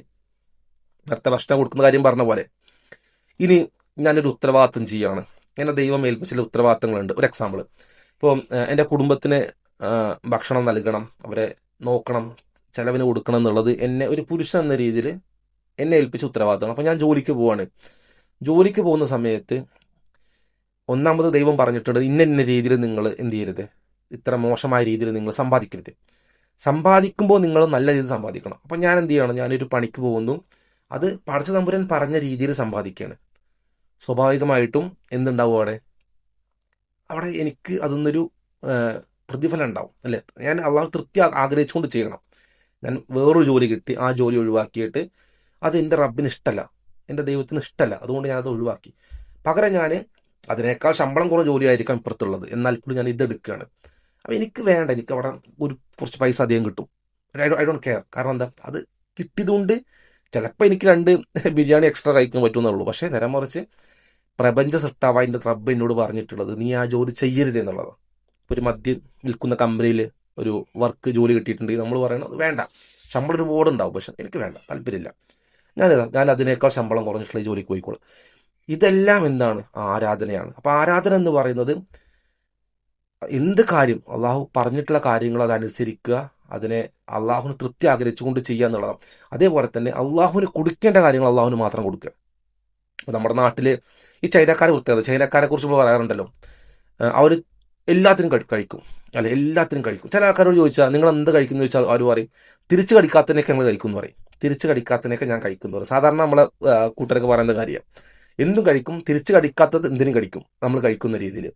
അതേപോലെ തന്നെ ചൈനക്കാരെ കുറിച്ച് പറയും, നമ്മൾ എന്താ പറയുക, ചൈനക്കാരെന്തും കഴിക്കും, ചൈനക്കാർ മനുഷ്യരല്ലാതെ എല്ലാം കഴിക്കുന്നു പറയുന്നൊരു സംസാരം നമ്മൾ സംസാരിക്കാറുണ്ട്. ഇതേപോലെ തന്നെ നമ്മൾ ഇന്ത്യക്കാരെ കുറിച്ച്, പ്രത്യേകിച്ച് നമ്മുടെ നാട്ടിലത്തെ ആൾക്കാരെ കുറിച്ച് മറ്റുള്ളവരെ പറയുന്നൊരു കാര്യമാണ് നമ്മൾ എന്തിനും ആരാധിക്കും എന്നുള്ളത്. ചൈനക്കാർ കഴിക്കുന്നതിനൊക്കെ നമ്മൾ ആരാധിക്കും. പാമ്പായിക്കോട്ടെ, പട്ടി ആയിക്കോട്ടെ, കല്ലായിക്കോട്ടെ, മരമായിക്കോട്ടെ, എന്തിനും നമ്മൾ ആരാധിക്കും. ഇപ്പം അള്ളാനെ ആരാധിക്കുന്നതിന് പകരം നമ്മൾ ആരാധിക്കുന്നത് ഇത്തരം ജീവികളെ, പാമ്പിനൊന്നും ചെവി കേൾക്കാനുള്ള കഴിവ് പോലുമില്ല, അങ്ങനെയുള്ള ജീവികളെയാണ് നമ്മൾ ആരാധിക്കുന്നത്. അതിനോടെ നമ്മൾ ആവശ്യങ്ങൾ പറയുന്നത്, അതിനാണ് നമ്മൾ നേർച്ചകളും വഴിപാടുകളും കൊടുക്കുന്നത്. എങ്ങനെയാണ് ഒരു ബുദ്ധിയുള്ള മനുഷ്യന് എങ്ങനെ സാധിക്കുന്നത്? ഇല്ല, ഒന്ന് ആലോചിച്ച് നോക്കുക, നമ്മളെ കൊണ്ട് തന്നെ സാധിക്കും. ഇപ്പം നമ്മളെക്കാൾ കഴിവ് കുറഞ്ഞ വസ്തുവിനെ നമ്മൾ എടുത്ത് ആരാധിക്കുക എന്നുള്ളത്. അപ്പോൾ നമ്മൾ എപ്പോഴും ആരാധിക്കേണ്ടത് പ്രപഞ്ചം സൃഷ്ടിച്ച അള്ളാഹുവിന് മാത്രമാണ്. അപ്പോൾ അള്ളാഹുവിനാണ് നമ്മൾ വഴിപാടുകളും നേർച്ചകളൊക്കെ അർപ്പിക്കേണ്ടത്. എങ്ങനെയാണ് ആദ്യമായിട്ട് മനുഷ്യർക്കിടയിൽ ഈ ഒരു വഴിപിഴച്ച ആശയങ്ങൾ വന്നിട്ടുള്ളത്? അതിൽ ഏറ്റവും പ്രധാനപ്പെട്ട ആശയം നേരത്തെ പറഞ്ഞ പോലെ ഈ അള്ളാഹുവിനല്ലാത്തവരെ ആരാധിക്കുക എന്നുള്ളത്. അള്ളാഹുവിനെ കൊടുക്കേണ്ടത് അള്ളാഹുവിന് മാത്രം കൊടുക്കുന്നതിന് പകരം അള്ളാഹു അല്ലാത്തതിനെ ആരാധിക്കുക എന്നുള്ളതാണ്. അതെങ്ങനെയാണ് ആദ്യമായിട്ട്, അത് ശിരിക്ക് എന്ന് പറയും, ശിരിക്ക്. അതെങ്ങനെയാണ് ആദ്യമായിട്ട് മനുഷ്യർക്കിടയിൽ വന്നത്? അത് മനുഷ്യരെ സൃഷ്ടിപ്പിന് ശേഷം ഞാൻ പറഞ്ഞ പോലെ മനുഷ്യരെ സൃഷ്ടിക്കുന്നു, മനുഷ്യരെ സൃഷ്ടിക്കാനുള്ള പർപ്പസ് ഉണ്ട്, അള്ളാഹുവിനെ മാത്രം ആരാധിക്കുക എന്നുള്ളത്. എന്നിട്ട് ഈ മനുഷ്യർ ഭൂമിയിലേക്ക് വരികയും ഭൂമിയിൽ ഇങ്ങനെ ഒരുപാട് കുടുംബമായിട്ട് സമൂഹമായിട്ട് ഇങ്ങനെ വളർന്നുകൊണ്ടിരുന്നു. ആ സമയത്തൊന്നും മനുഷ്യർക്കിടയിൽ ശരിക്കുണ്ടാകുന്നില്ല. അപ്പോൾ ഇങ്ങനെയാണ് ആ ഒരു സമൂഹങ്ങൾ മുന്നോട്ട് പോയിരുന്നത്. സമൂഹങ്ങൾ പിന്നെ എണ്ണം കൂടി കൂടി കൂടി കൂടി കൂടി കുറേ എണ്ണം നമ്മൾ പറയാറുണ്ട് നദീതട സംസ്കാരം. പല നദികളുടെ തീരത്തേക്കും ജനങ്ങൾ മൂവ് ചെയ്ത് അവിടെ പല ഭാഗങ്ങളിലായിട്ട് ഭൂമിയുടെ പല മേഖലകളിലായിട്ടൊക്കെ ചെറിയ ചെറിയ ചെറിയ ഗോത്രങ്ങളും സമൂഹങ്ങളൊക്കെ വളർന്നു വന്നു ആ ഒരു കാലഘട്ടം. അങ്ങനെ ഒരുപാട് സമൂഹം വളർന്നു വന്ന സമയത്ത് ചില സമൂഹങ്ങൾക്കിടയിലേക്ക് ശരിക്ക് ആദ്യമായിട്ട് പ്രത്യക്ഷപ്പെട്ടു. അത് നൂഹ് നബി അലൈഹി സ്വലാത്തു വസ്സലാമയുടെ കാലത്താണ് ഇത് പ്രത്യക്ഷപ്പെട്ടത്. അപ്പോൾ നോഹ പ്രവാചകൻ എന്ന് ബൈബിളിൽ പറയുന്ന നൂഹ് നബി അലൈഹി സ്വലാത്തു വസ്സലാം എങ്ങനെയാണ് പ്രത്യക്ഷപ്പെട്ടത്? അപ്പോൾ നമ്മുടെ നാട്ടിൽ മരിച്ചു പോയിട്ടുള്ള വ്യക്തികൾ, നല്ല വ്യക്തികൾ ഉണ്ടെന്ന് വിചാരിക്കുക. നല്ല വ്യക്തികൾ എന്ന് പറയുമ്പോൾ, അല്ലെങ്കിൽ നമ്മളിപ്പോൾ ചില സോൾജിയേഴ്സ് അല്ലേ, നമ്മളെ രാജ്യത്തിന് വേണ്ടി യുദ്ധം ചെയ്തിട്ടുള്ള സോൾജിയേഴ്സ് ആയിക്കോട്ടെ, അല്ലെങ്കിൽ നാട്ടിൽ അറിയപ്പെടുന്ന ചില വ്യക്തികളായിക്കോട്ടെ, അല്ലെങ്കിൽ നമ്മൾ കാണുന്ന ചാരിറ്റിയൊക്കെ ചെയ്യുന്ന നല്ലവരാണെന്ന് നമ്മൾ സമൂഹം വിചാരിക്കുന്ന, സമൂഹത്തിൽ റെസ്പെക്റ്റ് ചെയ്തിട്ടുള്ള ആളുകളായിക്കോട്ടെ, ഗാന്ധിജിയെ പോലെയുള്ള ഇപ്പോൾ സ്വാതന്ത്ര്യത്തിന് വേണ്ടി പ്രവർത്തിച്ചുകൊണ്ട് സമരം ചെയ്തിട്ടുള്ള അത്തരത്തിലുള്ള രാഷ്ട്രീയ നേതാക്കന്മാരൊക്കെ ആയിക്കോട്ടെ, ഇവരൊക്കെ മരണപ്പെട്ടു പോയിട്ടുണ്ടെങ്കിൽ അവരോടുള്ള സ്നേഹം കാരണം, അവരോടുള്ള ഇഷ്ടം കാരണം ജനങ്ങൾ എന്ത് ചെയ്യും, അവർക്ക് വേണ്ടി പ്രതിമ ഉണ്ടാക്കും. ഇതേപോലെ തന്നെ നൂഹ് നബി അലൈഹി സ്വലാത്തു വസ്സലാമയുടെ കാലത്ത് ജീവിച്ചിരുന്ന മഹാന്മാരായിട്ടുള്ള ആൾക്കാർ മരണപ്പെട്ടു പോയ ശേഷം ഇവരെന്ത് ചെയ്തു അറിയും, അവരുടെ ഓർമ്മക്ക് വേണ്ടിയിട്ട് കുറേ രൂപങ്ങൾ ഉണ്ടാക്കാൻ തുടങ്ങി. രൂപങ്ങൾ ഉണ്ടാക്കുക, മരം ചെത്തി മിനുക്കി കുറേ രൂപങ്ങൾ, കല്ല് ചെത്തി മിനുക്കി കുറേ രൂപങ്ങളൊക്കെ ഉണ്ടാക്കിയിട്ട് അവരെങ്ങനെ റെസ്പെക്ട് ചെയ്യാൻ തോന്നി. തുടക്കത്തിൽ എന്ത് റെസ്പെക്റ്റ് ആണ്, ഇതൊക്കെ നമ്മുടെ നാട്ടിൽ റെസ്പെക്റ്റ് എന്ന് പറയല്ലോ. പിന്നെ അത് കഴിഞ്ഞിട്ട് നമ്മുടെ നാട്ടിൽ ഇങ്ങനെ പോണ മാലയിടുന്ന പരിപാടി പോലെ അവിടെ ഇങ്ങനെ മാലയിട്ട് തുടങ്ങി. അങ്ങനെ ഇത് ശരിക്കിലേക്ക് അവസാനിച്ചു എന്നുള്ളത്. അങ്ങനെ അത് ശരിക്കിലേക്ക് എത്തി. അങ്ങനെയാണ് ഇത് ശരിക്കും സ്റ്റാർട്ട് ചെയ്യുന്നത്. അപ്പോൾ നല്ല മനുഷ്യന്മാർ മരിച്ചു പോകുന്നു, അവരുടെ ഓർമ്മയ്ക്ക് വേണ്ടി നമ്മൾ വല്ലതും ഉണ്ടാക്കി വെക്കുന്നു. പിന്നെ എന്ത് ചെയ്യും? പിന്നെ നമ്മൾ സ്വാഭാവികമായിട്ടും ഇവരോട് പറയും. നമ്മൾ നേരിട്ട് അള്ളാഹിനോട് പറയുന്നത് വരെ നമ്മൾ ഇവരോട് ഒക്കെ പറയും. ഇവരോട് പറയും എനിക്ക് വേണ്ടിയിട്ട് ഇത് ചെയ്ത്, എനിക്ക് മക്കളില്ല, അപ്പോൾ എന്ന് പറഞ്ഞാൽ അവരോട് പറയും. അപ്പോൾ അവരെ നമ്മൾ എന്ത് ചെയ്യും? സ്വാഭാവികമായിട്ടും ദൈവത്തിനിടയിൽ നിർത്തും. കാരണം നമ്മൾ കഴിവില്ലാത്തവർ, നമ്മൾക്ക് വലിയ നന്മയില്ലാത്ത ആൾക്കാർ, പക്ഷെ ഇവർ നന്മയുള്ള ആൾക്കാർ. അപ്പോൾ ഇവരോട് ചോദിച്ചാൽ അവർ ദൈവത്തോട് പറഞ്ഞോളും എന്ന രീതിയിലുള്ള ശിർക്ക് അവിടെ നിന്ന് സ്റ്റാർട്ട് ചെയ്യും. ഇങ്ങനെയാണ് ശിർക്ക് എത്തിയിട്ടുള്ളത്. നൂഹ് നബി അലൈഹി സ്വലാത്തു വസ്സലാമയുടെ കാലത്തോടു കൂടി ശിർക്ക് എത്തിയിട്ടുള്ളത്. പിന്നെ ഒരുപാട് പ്രവാചകന്മാർ വന്നു. ഇപ്പോൾ സ്വാലിഹ് നബി അലൈഹി സ്വലാത്തു വസ്സലാം വന്നിട്ടുണ്ട്. പിന്നെ ഷുഐബ് നബി അലൈഹി സ്വലാം, യൂനുസ് നബി അലൈഹി സ്വലാം, യൂസഫ് നബി അലൈഹി സ്വലാം, ഈസ നബി, യേശു ക്രിസ്തു വന്നു. പിന്നെ മോശ പ്രവാചകന് അല്ലേ, അദ്ദേഹം. ഇതൊക്കെ കാലഘട്ടം പറയുന്ന മാറി പോകുന്നുണ്ട്. പക്ഷേ എന്നാലും ഒരുപാട് പ്രവാചകന്മാർ വന്നു. ഏറ്റവും അവസാനമായിട്ട് മുഹമ്മദ് നബി സല്ലല്ലാഹു അലൈഹി വസല്ലം വന്നു. ഇവരെല്ലാം ഏറ്റവും ഇമ്പോർട്ടൻ്റ് ആയിട്ട് പറഞ്ഞു കൊടുത്ത കാര്യം എന്ന് പറയുകയാണെങ്കിൽ, നിങ്ങൾ ഒരിക്കലും പ്രപഞ്ചം സൃഷ്ടിച്ച് പരിപാലിക്കുന്ന ദൈവത്തിനെ അല്ലാതെ നിങ്ങൾ ആരാധിക്കരുത്. അല്ലെ, വളരെ ഒരു മനുഷ്യന് മനസ്സിലാക്കാൻ പറ്റുന്ന മിനിമം കാര്യമാണത്, മിനിമം അറിവാണത്. നമ്മൾ ഇതൊന്നും ആരാധിക്കരുത്. ഈ പുസ്തകത്തിന് ആരാധിക്കുക, അല്ലെങ്കിൽ എൻ്റെ വാച്ചിനെ ആരാധിക്കുക, അല്ലെ, അല്ലെങ്കിൽ റോഡിലൂടെ പോകുന്ന നായ്ക്കളെ പിടിച്ച് ആരാധിക്കുക. ഇതൊന്നും നമ്മൾ ചെയ്യേണ്ട. നമ്മൾ പ്രപഞ്ചം സൃഷ്ടിച്ച് പരിപാലിക്കുന്ന, ഇതിനെയൊക്കെ സൃഷ്ടിച്ചിട്ടുള്ള റബ്ബിനെ ആരാധിക്കുക. പരിപാടി സിമ്പിൾ, വളരെ സിമ്പിൾ പരിപാടിയാണ്. അപ്പോൾ ഇതാണ് ഏറ്റവും ആദ്യം പറഞ്ഞു കൊടുത്തിട്ടുള്ള പ്രധാനപ്പെട്ട കാര്യം. മുഹമ്മദ് നബി സല്ലല്ലാഹു അലൈഹി വസല്ലമയുടെ വരവോട് കൂടിയിട്ട് ലോകത്തിലെ ഭൂമിയിലുള്ള സകല മനുഷ്യർക്കും വേണ്ടിയിട്ടുള്ള ലോകാവസാനം വരെയുള്ള നിയമങ്ങൾ ഇറങ്ങിയെന്നുള്ളതാണ്. ഇനിയൊരു പ്രവാചകൻ വരാനില്ല. ഇതാണ് ഇസ്ലാമിൻ്റെ അടിസ്ഥാന വിശ്വാസം. ഇനിയൊരു പ്രവാചകൻ വരാനില്ല. അറേബ്യൻ ഗോത്രത്തിന് വേണ്ടി മാത്രം ഇറങ്ങിയ പ്രവാചകനല്ല മുഹമ്മദ് നബി സല്ലല്ലാഹു അലൈഹി വസല്ലം. അദ്ദേഹം സകല മനുഷ്യർക്കും, ലോകാവസാനം വരെയുള്ള സകല മനുഷ്യർക്കും, ജിന്നുകൾക്കൊക്കെ വേണ്ടിയിട്ട് ഇറങ്ങിയിട്ടുള്ള പ്രവാചകനാണ്. എങ്ങനെയാണ് ഇസ്ലാമിൽ നിന്ന് ആളുകൾ വഴിപിഴച്ച് പോകുന്നത് എന്നുള്ളതാണ്. അതിന് പ്രധാനപ്പെട്ട ഒരു കാര്യം എന്ന് പറയുകയാണെങ്കിൽ ഖുർആനും ഹദീസും സ്വന്തമായിട്ട് വ്യാഖ്യാനിക്കുക എന്നുള്ളതാണ്. നമ്മളെപ്പോഴും ഒരു കാര്യം മനസ്സിലാക്കേണ്ടത്, എങ്ങനെയാണ് സഹാബിമാർ മനസ്സിലാക്കിയിട്ടുള്ളത്, എങ്ങനെയാണ് പ്രവാചകനാണല്ലോ ടീച്ചർ, അപ്പോൾ റസൂലാണ് പഠിപ്പിച്ചു കൊടുക്കുന്നത്. അപ്പോൾ റസൂൽ എങ്ങനെയാണ് സഹാബികൾക്ക് പഠിപ്പിച്ചു കൊടുത്തത്, സഹാബികൾ എങ്ങനെ വിശ്വസിച്ചു, ശിഷ്യന്മാരെങ്ങനെ വിശ്വസിച്ചു. സഹാബികൾ എന്ന് പറയുകയാണെങ്കിൽ നബി സല്ലല്ലാഹു അലൈഹി വസല്ലമയുടെ കൂടെ ജീവിച്ചിട്ടുള്ള, റസൂലിൻ്റെ അടുത്തുനിന്ന് നേരിട്ട് പഠിച്ചിട്ടുള്ള വ്യക്തികൾ. അപ്പോൾ റസൂലിൻ്റെ അടുത്ത് നേരിട്ട് പഠിച്ചിട്ടുള്ള ആ ഒരു സഹാബികളും അവരുടെ ശിഷ്യന്മാരായിട്ടുള്ള താബീങ്ങളും അവരുടെ ശിഷ്യന്മാരായിട്ടുള്ള താബീങ്ങളൊക്കെ ആയിട്ടുള്ള ഒരു വിഭാഗം ആളുകൾ. ഈ ആളുകൾ എങ്ങനെയാണ് മനസ്സിലാക്കിയിട്ടുള്ളത്, അതാണ് യഥാർത്ഥ ഇസ്ലാം. ഓക്കെ, അതാണ് യഥാർത്ഥ ഇസ്ലാം. നേരെ മറിച്ച് സ്വന്തമായിട്ടൊരാൾ ഖുർആൻ വ്യാഖ്യാനിക്കുന്നിരിക്കാം, സ്വന്തമായിട്ട് ഹദീസ് വ്യാഖ്യാനിക്കുന്നിരിക്കാം. അപ്പോൾ അങ്ങനെയാണെന്നുണ്ടെങ്കിൽ ഇവർ വിശ്വസിക്കുന്ന പോലെയല്ല അവർ വ്യാഖ്യാനിക്കുന്നത്. അപ്പോൾ ഇവർ വ്യാഖ്യാനിക്കുന്നത് പോലെ, സഹാബിമാർ മനസ്സിലാക്കിയത് പോലെ അല്ലാതെ ഒരാൾ വിശ്വസിക്കുക എന്നുണ്ടെങ്കിൽ അത് വഴിപിഴച്ച് പോയിട്ടുള്ള അവസ്ഥയായി. സ്വന്തമായിട്ട് ഖുർആൻ വ്യാഖ്യാനിക്കുക എന്നുള്ളതാണ് പ്രധാനപ്പെട്ട ഒരു കാരണം. രണ്ടാമത്തെ ഒരു കാരണം എന്ന് പറയുകയാണെങ്കിൽ പൊളിറ്റിക്കൽ മോട്ടീവ്സും, അതേപോലെ തന്നെ ഇപ്പം രാഷ്ട്രീയപരമായ ലക്ഷ്യങ്ങൾ നേടാൻ വേണ്ടിയിട്ടൊക്കെയാണ് പിന്നീട് പല വഴിപിഴച്ച് പോയിട്ടുള്ള കക്ഷികൾ ഉണ്ടായിട്ടുള്ളത്. ഏറ്റവും ആദ്യമായിട്ട് ഇസ്ലാമിൽ ഉണ്ടായിട്ടുള്ള വഴിപിഴച്ച് പോയിട്ടുള്ള വിഭാഗം ഏതാന്നുള്ളതാണ്. ഇത് ഹവാരിജുകൾ എന്നറിയപ്പെടുന്ന വിഭാഗമാണ്. ഹവാരിജുകൾ നബി സല്ലല്ലാഹു അലൈഹി വസല്ലമയുടെ കാലം മുതൽ തന്നെ ഉണ്ട് ശരിക്ക്. പക്ഷേ ഒരു ടീമായിട്ട് പുറപ്പെട്ടത് ഉസ്മാൻ റളിയല്ലാഹു കാലഘട്ടത്തിന് ശേഷവും, അത് ഏകദേശം അലി റളിയല്ലാഹുവിൻ്റെ കാലഘട്ടത്തിലൊക്കെയാണ് ഒരു ടീമായിട്ടൊക്കെ അവർ പുറപ്പെട്ടിട്ടുള്ളത്. ഇപ്പോൾ ഹറജ, പുറപ്പെടുക എന്ന വാക്കുന്നാണ് ഹവാരിജ് എന്ന വാക്കുണ്ടായിട്ടുള്ളത്. അതായത് പുറപ്പെട്ട ആൾക്കാരെന്നർത്ഥം. അതിൻ്റെ ഹിസ്റ്റോറിക്കൽ കോൺടെക്സ്റ്റ് ഞാൻ പറയാം. അപ്പോൾ ഹവാരിജുകളായിട്ടുള്ള വിഭാഗം, ഈ പറഞ്ഞ വഴിപിഴച്ച് പോയിട്ടുള്ള എക്സ്ട്രീമിസ്റ്റുകളായിട്ടുള്ള വിഭാഗം ആൾക്കാർ, ഇവരെക്കുറിച്ച് റസൂൽ പഠിപ്പിക്കുന്ന കാര്യമാണ് അവർ നരകത്തിലെ നായ്ക്കളാണെന്നുള്ളത്. നരകത്തിലെ നായ്ക്കൾ. അപ്പൊ എന്താണ് ഇത്രത്തോളം റസൂൽ പറയാൻ കാരണം? നരകത്തിലെ നായ്ക്കൾ എന്ന് ഇവരെ പറയാനുള്ള കാരണം എന്താ? അപ്പൊ നരകത്തിലുള്ളവന്മാരാണെന്ന് പറയാം, ഓക്കെ, അവര് നരകത്തിലാണെന്ന് പറയാം. പക്ഷെ നരകത്തിലെ നായ്ക്കൾ എന്ന പദവിയാണ് അവർക്കുള്ളതെങ്കിലോ? അതിന് കാരണം ഇവരുടെ സ്വഭാവം കാരണമാണ്, ഇവരുടെ പ്രവൃത്തി കാരണമാണ്. ഇവരെ പോലുള്ള ശല്യമുള്ള സാധനം വേറല്ല. ഇപ്പൊ നമ്മളുടെ ഈ ഒരു കാലഘട്ടത്തിൽ ഇവന്മാർ ആരൊക്കെയാണ് ചോദിക്കേണ്ടത്? ഐസിസ് ആണ്, അതായത് ദായിഫ്, അതേപോലെ തന്നെ അൽ ഖായിദ പോലെയുള്ള സംഘടനകൾ. ഇവരൊക്കെയാണ് ഈ ഒരു ഹവാരിജുകൾ. ഇവരെ കൊണ്ടുള്ള ശല്യം എന്ന് പറഞ്ഞാൽ ചില്ലറ ശല്യം എന്നല്ല ഇവന്മാരെ കൊണ്ട്. മുസ്ലിങ്ങൾ എവിടെ സമാധാനമായി ജീവിക്കുന്നു അവിടെയൊക്കെ പോയി ഫിത്ന ഉണ്ടാക്കും. ഇപ്പോൾ ഒരു മുസ്ലിം രാജ്യത്ത്, ഒരു സെക്യുലർ കൺട്രിയിൽ ഒരു പള്ളി പണിയണമെന്നുണ്ടെങ്കിൽ നമ്മൾ എന്താ ചെയ്യുക, ഒരു ആപ്ലിക്കേഷൻ കൊടുക്കും. അപ്പോൾ അതിൻ്റെ അപ്രൂവൽ ഉണ്ടാവണം. ആ അപ്രൂവൽ നമ്മൾ വെയിറ്റ് ചെയ്യും. നമ്മൾ അതിന് വേണ്ടിയിട്ടുള്ള പ്രൊജക്റ്റ് സബ്മിറ്റ് ചെയ്യണം. നമുക്ക് എന്തിനാണ് പള്ളിയുടെ ആവശ്യം എന്തോ നമുക്ക് പറയണം. ഇതൊക്കെ പറഞ്ഞിട്ടാണ് നമ്മൾ ഗവൺമെൻറ്റിൻ്റെ അപ്രൂവലോട് കൂടി പള്ളി നമുക്ക് കിട്ടുന്നത്. പക്ഷേ ഇവന്മാരെന്ത് ചെയ്യുക, അവിടെ പോയിട്ട് ഇങ്ങനെ മനുഷ്യന്മാർ മുസ്ലിങ്ങൾ ഇങ്ങനെ സമാധാനമായി ജീവിക്കുന്ന ഏരിയകളിൽ, രാജ്യങ്ങളിൽ, അല്ലെങ്കിൽ മുസ്ലിങ്ങൾ അവരുടെ മക്കളെ പഠിപ്പിക്കാൻ വേണ്ടിയിട്ട്, ദറസ് പഠിപ്പിക്കാൻ വേണ്ടിയിട്ട് ഇസ്ലാമിക സ്കൂളുകളും മദ്രസകളൊക്കെ സ്റ്റാർട്ട് ചെയ്യാൻ വേണ്ടിയിട്ടൊക്കെ ശ്രമിച്ചുകൊണ്ടിരിക്കുന്ന സമയത്തായിരിക്കും ഇവന്മാർ അത്ര രാജ്യങ്ങളിൽ പോയിട്ട് ഫിത്ന ഉണ്ടാക്കുക. ഒരു ബോംബ് പൊട്ടിക്കും, കുറേ ആൾക്കാരെ കൊല്ലും. അല്ലെങ്കിൽ സാധാരണക്കാരെ ആൾക്കാരുടെ ഇടയിൽ പോയി തോക്കൊണ്ട് വെടിവെച്ച് കുറേ ആൾക്കാരെ കൊന്നുകളയും.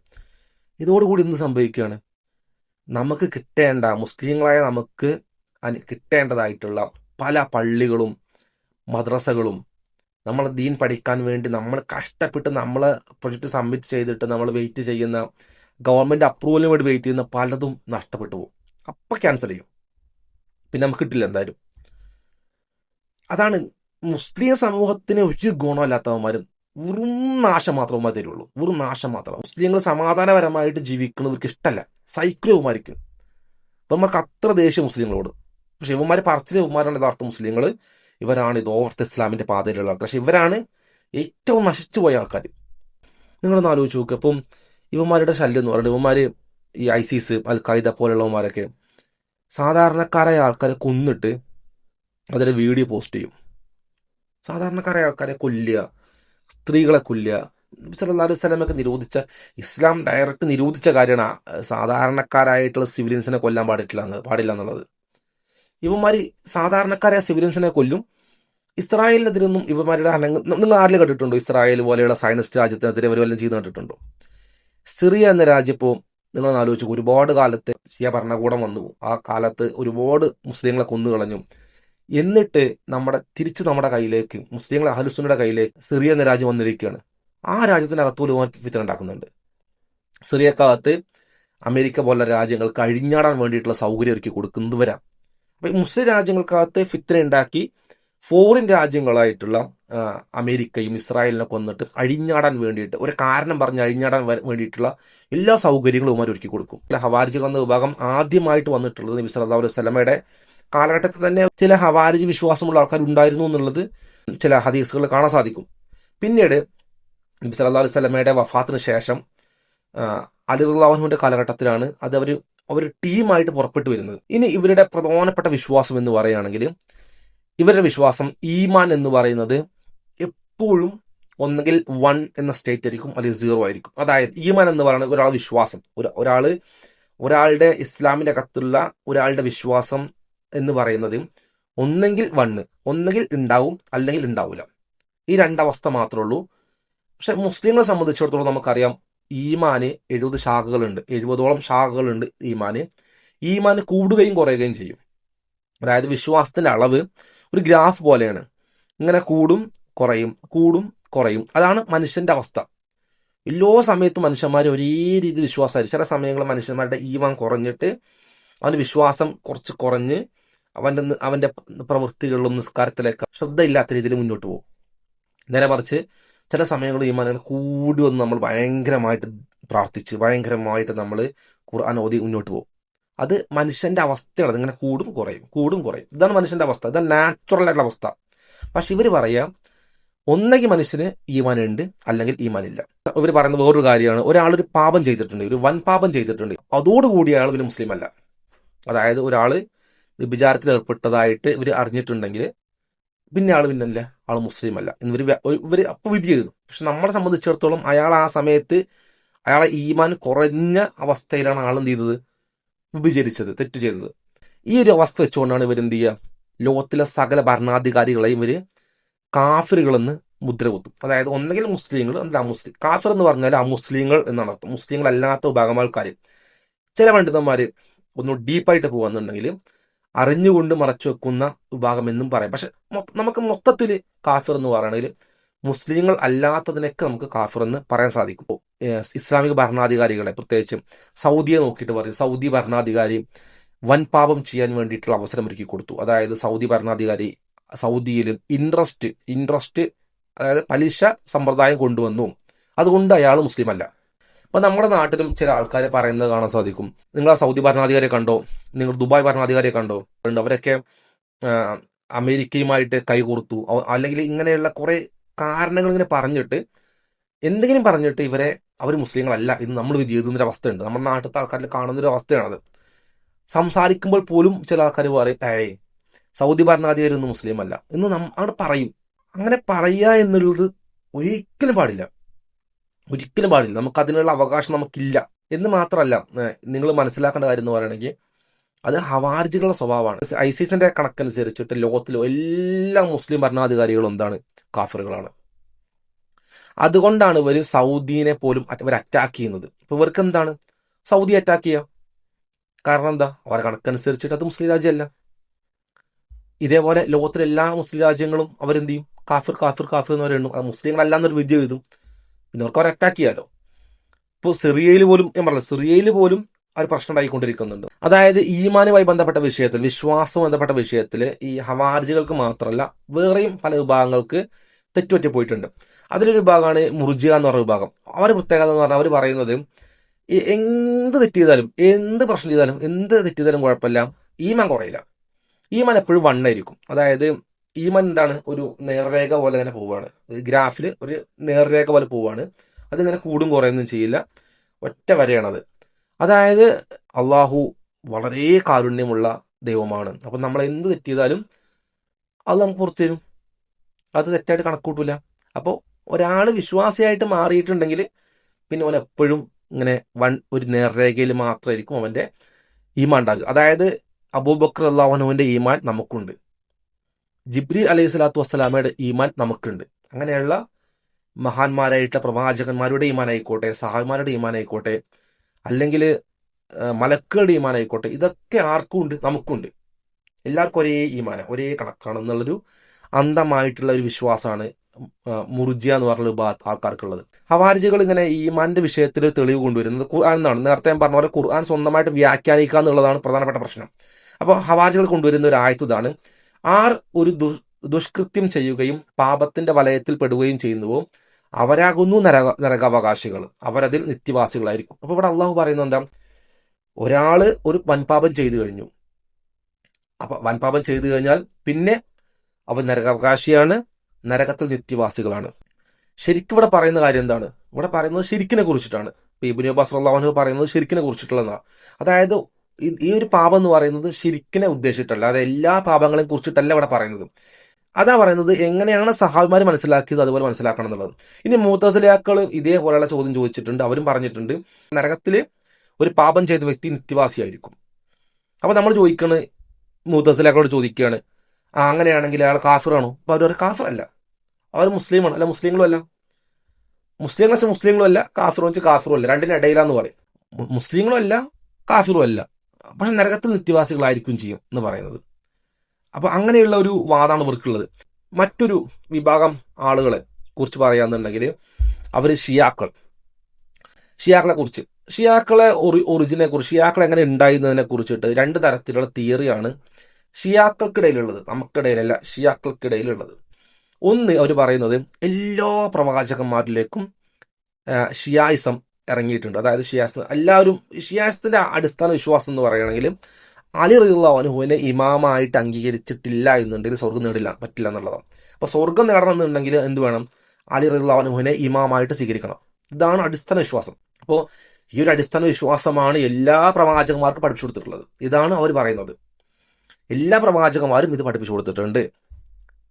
ഇതിപ്പോ അൽ കാഫി എന്ന് പറഞ്ഞിട്ടുള്ള ഒരു പ്രധാനപ്പെട്ട ഒരു ഹദീസ് ഗ്രന്ഥമാണ് അൽ കാഫി എന്ന് പറയുന്നത്. അതിനകത്തൊക്കെ ഈ വിഷയങ്ങൾ അവർ പറഞ്ഞിട്ടുണ്ട്. അതായത് ഇങ്ങനെയാണെന്നുള്ളത്. കക്ഷാനി എന്ന് പറഞ്ഞിട്ടുള്ള ഒരു ഷിയ സ്കോളർ ഉണ്ട്. അയാൾ പറഞ്ഞിട്ടുള്ള കാര്യം എല്ലാ പ്രവാചകന്മാരും അലി റളിയല്ലാഹു അൻഹുവിനെ ഇഷ്ടപ്പെടുകയും അംഗീകരിക്കുകയും ചെയ്തിട്ടുണ്ട്. അപ്പോൾ എന്ന് മനുഷ്യന്മാർ ഭൂമിയിലേക്ക് വന്നു തുടങ്ങി, അതായത് ആദം നബി അലൈഹി സ്വലാത്തു വസ്സലാമയുടെ കാലം മുതൽ തന്നെ ഷിയാക്കളുണ്ട് എന്നാണ് ആര് വിശ്വസിക്കുന്നത്. ഷിയാക്കളിലെ ഒരു തിയറി. രണ്ടാമത്തെ വിഭാഗം ആൾക്കാർ പറയുന്നത് നബി സല്ലല്ലാഹു അലൈഹി വസല്ലമയുടെ കാലം മുതലാണ് ഈ ഷിയായിസം വന്നിട്ടുള്ളത്. അതായത് ഷിയാക്കൾ എന്നുണ്ടായിരുന്നു, നബിയുടെ കാലത്തുണ്ടായിരുന്നു. അതായത് ഇപ്പോൾ കുമ്മിയെ പോലെയുള്ള ഷിയ സ്കോളേഴ്സ് പറയുന്നത് അബൂ ദർ അൽ ഗഫാരി റളിയല്ലാഹു അൻഹു, സൽമാനുൽ ഫാരിസി, അമ്മാർ ഇബ്നു യാസർ, മിഖ്ദാദുൽ അസ്വദ് റളിയല്ലാഹു അൻഹു, ഇവരൊക്കെ ഷിയാക്കളായിരുന്നു.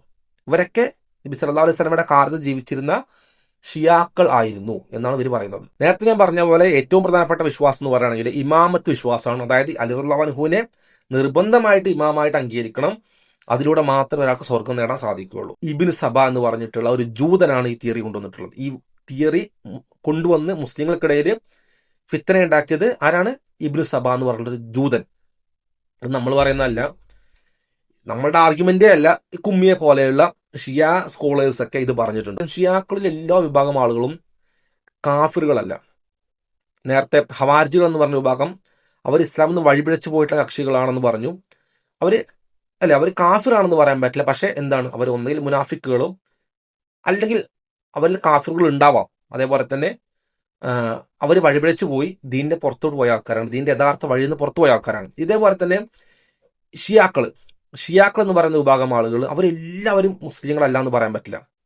നേരെ മറിച്ച് ചില വിഭാഗം ആളുകൾ അവർ കൃത്യമായിട്ട് കുഫറിലാണ്, അവര് മുസ്ലിങ്ങളല്ല, അവരുടെ വിഭാഗം, അതായത് ആ ഒരു വിശ്വാസം ഇസ്ലാമിക വിശ്വാസമല്ല എന്നുള്ളത് വ്യക്തമായിട്ട് പഠിപ്പിക്കുന്നുണ്ട്.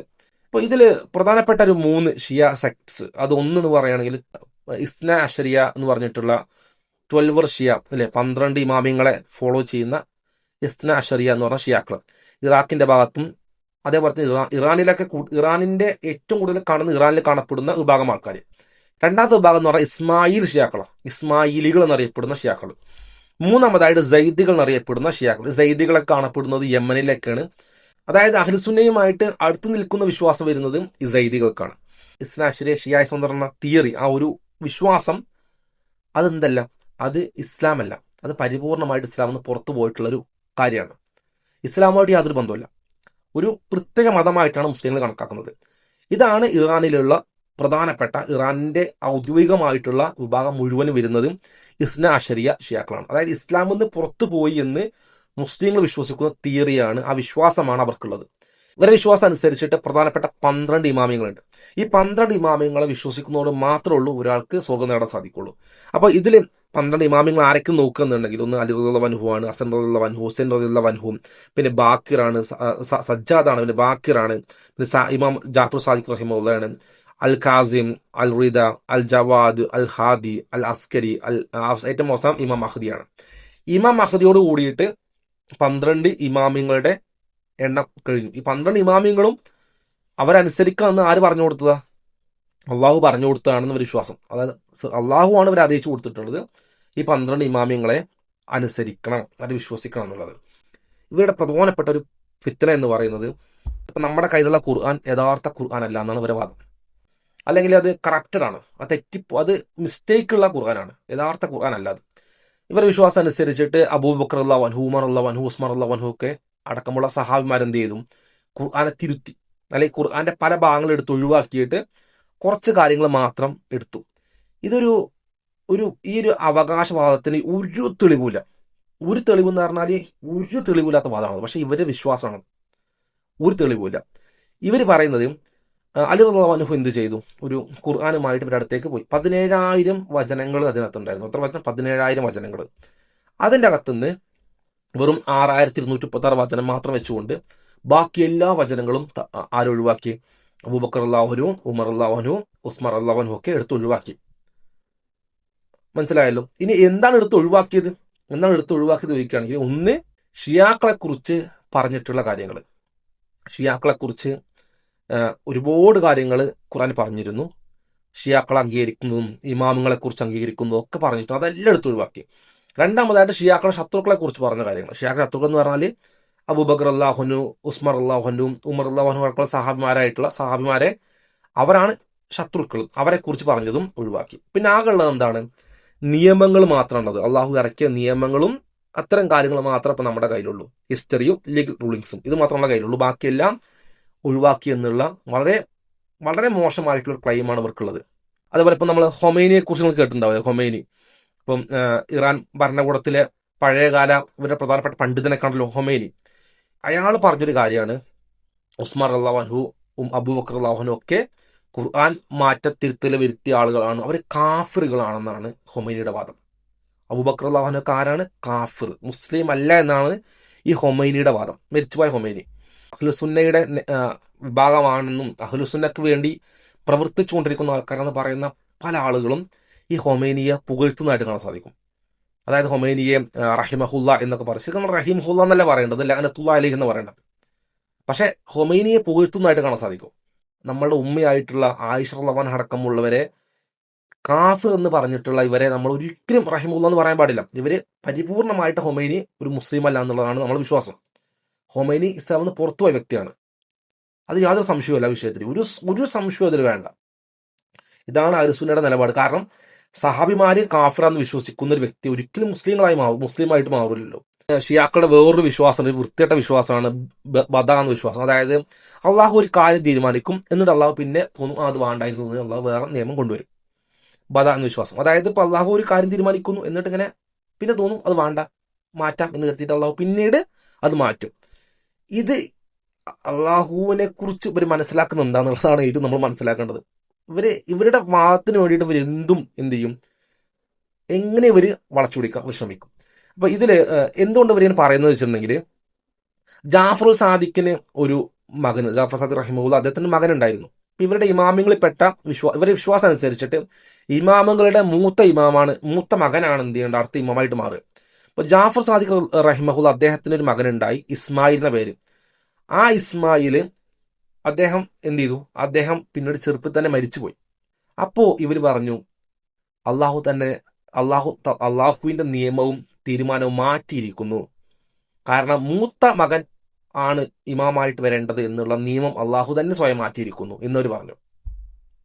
ഇവർ വിശ്വാസം അനുസരിച്ച് മൂത്ത മകനാണ് ഇമാമായിട്ട് വരേണ്ടതെന്ന് അള്ളാഹു പറഞ്ഞു കൊടുത്ത കാര്യം ഇവർക്ക്.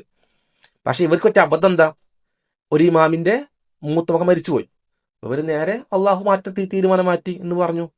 വളരെ സിമ്പിൾ. ഇങ്ങനെയുള്ള മണ്ടത്തരങ്ങളൊക്കെ പറയുന്ന ആൾക്കാരാണ് ഷിയാക്കൾ. ഇസ്മായിൽ ഷിയാക്കൾ എന്ന് പറഞ്ഞ ആൾക്കാരെ പ്രത്യേകത പറഞ്ഞാൽ അവർ ഇപ്പോഴും ജാഫർ സാദിഖിന്റെ മൂത്ത മകൻ തന്നെയാണ് അവരുടെ ഇമാമ്. ഈവൻ ദോ ആള് ഏളി ലൈഫിൽ മരിച്ചു പോയെങ്കിലും ഇസ്മായിൽ ഷിയാക്കൾ, അതുകൊണ്ട് അവരുടെ പേര് ഇസ്മായിൽ ഷിയാക്കൾ. അവർ ഇസ്മായിലിനെ തന്നെയാണ് ഇമാമായിട്ട് അംഗീകരിക്കുന്നത്. അതേപോലെ തന്നെ നമ്മൾ ഒരുപാട് കണ്ടിട്ടുള്ള റീലായിരിക്കും യാ മഹദി യാ മഹദി യാ മഹദി എന്ന പാട്ടൊക്കെ നമ്മൾ കാണാറുണ്ടല്ലോ, റീലുകൾ നമ്മൾ കാണാറുണ്ടല്ലോ. അപ്പോൾ നമ്മൾ ഈ പാട്ട്, ഇമാം മഹദിയെ കുറിച്ചുള്ള പാട്ട് കേൾക്കുമ്പോൾ നമ്മൾ വിചാരിക്കുന്നത് ഇമാം മഹദി റഹിമഹുല്ല അദ്ദേഹത്തിനെ കുറിച്ച് അഹ്ലുസുന്നയുടെ വിശ്വാസം എന്നാണ് തന്നെ അവർ വിശ്വസിക്കുന്നത്. അവർ ഇന്ന് നമ്മൾ വിചാരിച്ചു പോകും. അതായത് നാളെ വന്നിട്ട് ഈസ് നബി അലൈഹി സ്വലാത്തു വസ്സലാമയുടെ കൂടെ നിന്നുകൊണ്ട് സയനിസ്റ്റ് യഹൂദ ശക്തികൾക്കെതിരെ യുദ്ധം ചെയ്ത് വിജയിക്കുന്ന ആ ഒരു സമാധാനം കൊണ്ടുവരുന്ന ഒരു മഹാനായ നേതാവ്, ആ നേതാവിനെ കുറിച്ചാണ് പറയുന്നത് നമ്മൾ വിചാരിച്ചിട്ടുള്ളത്. ശരിക്ക് അതല്ല അവിടെ ഉദ്ദേശിക്കുന്നത്. ഇവരുടെ ഇമാം മഹദി വേറെ സംഭവം തന്നെയാണ്. ഇമാം മഹദി ഇവരുടെ വിശ്വാസം എന്ന് പറയുകയാണെങ്കിൽ നേരത്തെ പറഞ്ഞ അലി റളിയല്ലാഹു അൻഹു എന്ത് ചെയ്തു, 17,000 വചനങ്ങളുള്ള ഖുർആൻ കൊണ്ടുവന്നല്ലോ. ഈ ഖുർആൻ ഇപ്പം ആരെ കയ്യിലറിയോ? ഇമാം മഹദിയുടെ കയ്യിലാണ്. ഇമാം മഹദി തെഹ്റാനിലാണ് തോന്നുന്നു, തെഹ്റാനിലാണ് തോന്നുന്നു, എവിടെയോ ഒളിച്ചു താമസിക്കുകയാണ്. ഏത് ഗുഹയിൽ ഒളിച്ചു താമസിക്കുകയാണ്. ആള് ജനിച്ചിട്ട് തേർഡ് സെഞ്ചുറി ജനിച്ചാണ്. തേർഡ് സെഞ്ചുറി എന്ന് പറയുകയാണെങ്കിൽ ഹിജറ 3-ാം വർഷത്തിൽ ജനിച്ച ആളാണ്. ഇപ്പോഴും ആള് അവിടെ ഒളിച്ചു താമസിക്കുകയാണ്, ഒരു ഗുഹയിൽ, തെഹ്റാൻ ഗുഹയിൽ ഒളിച്ചു താമസിക്കുകയാണ്. അപ്പോൾ എന്ത് ചെയ്യും, ആള് അവസാന സമയത്ത് ആൾ തിരിച്ചു വന്നിട്ട് അബൂബക്കർ റളിയല്ലാഹു അൻഹുവിനെയും ഉമർ റളിയല്ലാഹു അൻഹുവിനെയും അതുപോലെ തന്നെ ആയിഷ റളിയല്ലാഹു അൻഹുവിനെയൊക്കെ ഖബറിൽ നിന്ന് എഴുന്നേൽപ്പിച്ചിട്ട് അബൂബക്കർ റളിയല്ലാഹു അൻഹുവിനെയും ഉമർ റളിയല്ലാഹു അൻഹുവിനെയും കരിച്ചു കളയും, ആയിഷ റളിയല്ലാഹു അൻഹയെ ചാട്ടവാറ് കൊണ്ട് അടിക്കും. ഇതാണ് ഇവരുടെ വിശ്വാസം. നഊദു ബില്ലാഹ്, അല്ലെ? ഒരു വിശ്വാസം ഇതാണ്. ഈ ഇമാം മഹദി അവർ വെയിറ്റ് ചെയ്യുന്നത്, അല്ലാതെ മുസ്ലിങ്ങൾ ഇമാം മഹദിയെ അല്ല അവർ വെയിറ്റ് ചെയ്യുന്നത്. ഇവർ ഇമാം മഹദി ഇങ്ങനെയാണ്. പിന്നെ ഈ ഇമാം മഹദിക്കൊണ്ട് അവർ വണ്ടി വിളിച്ചു പോകാറുണ്ട്. അത് വേറെ കോമഡി കേട്ടോ. ഒരു ബസ്സൊക്കെ എടുത്തിട്ടൊക്കെ വണ്ടി എടുത്തിട്ട് ഒരു തെഹ്റാനിലെ ചില പ്രദേശങ്ങളിൽ പോയിട്ട് അവർ ഇരിക്കാറുണ്ട്. നിസ്കരിക്കൊന്നുമില്ല, നിസ്കാരം പ്രാർത്ഥന ഒന്നുമില്ല, അവർ തന്നെ അവിടെ പോയി ഇരിക്കും. എന്തിനാ വെച്ചാൽ ഇമാം മഹദി വന്ന വണ്ടി കയറി കൊണ്ടുവരാൻ. അപ്പോൾ അവർ അത്രത്തോളം പ്രിപ്പയർഡാണ്. ഒരു വണ്ടി എടുത്ത് പോയി വെച്ചിട്ട് ഓൾറെഡി വാടക എടുത്ത് വെച്ചിട്ടുണ്ടാവും.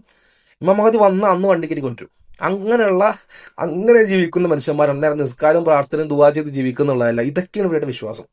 തക്കിയെ കുറിച്ച് നമുക്കറിയില്ല. ഷിയാക്കളുടെ തക്കിയെ കുറിച്ചിട്ട് ഇത് നമ്മളെ അഹ്ലുസുന്നയുടെ വിശ്വാസം എന്ന് വിചാരിച്ച് നടക്കുന്ന കുറെ ക്രിസ്ത്യൻ വിഭാഗത്തിൽപ്പെട്ട ആൾക്കാരൊക്കെ ഉണ്ട്. തക്കിയ എന്ന് പറഞ്ഞാൽ നമ്മളോട് വരും. നമ്മളെ വിശ്വാസമല്ല തക്കിയ എന്നുള്ളത് ഷിയാക്കളുടെ വിശ്വാസമാണ്. അടുത്തതായിട്ട് നമ്മുടെ നാട്ടിലേക്ക് വഴികേടിലായിട്ടുള്ള, നമ്മുടെ നാട്ടിലേക്ക് കാണപ്പെടുന്ന ഒരു ചെറുതായിട്ടിലും കാണപ്പെടുന്ന ഒരു വിഭാഗമാണ് ഖാദിയാനിസം എന്നുള്ളത്, അല്ലേ? അതായത് മിർസ ഗുലാം അഹമ്മദ് ഖാദിയാനി എന്നറിയപ്പെടുന്ന വ്യക്തി 1839 മുതൽ 1908 വരെ ജീവിച്ചിരുന്ന, ബ്രിട്ടീഷ് ഇന്ത്യ കാലഘട്ടത്തിൽ ജീവിച്ചിരുന്ന മിർസ ഗുലാം അഹമ്മദ് ഖാദിയാനി എന്ന വ്യക്തി ഉണ്ടാക്കിയിട്ടുള്ള ഒരു പുതിയ റിലീജനാണ്.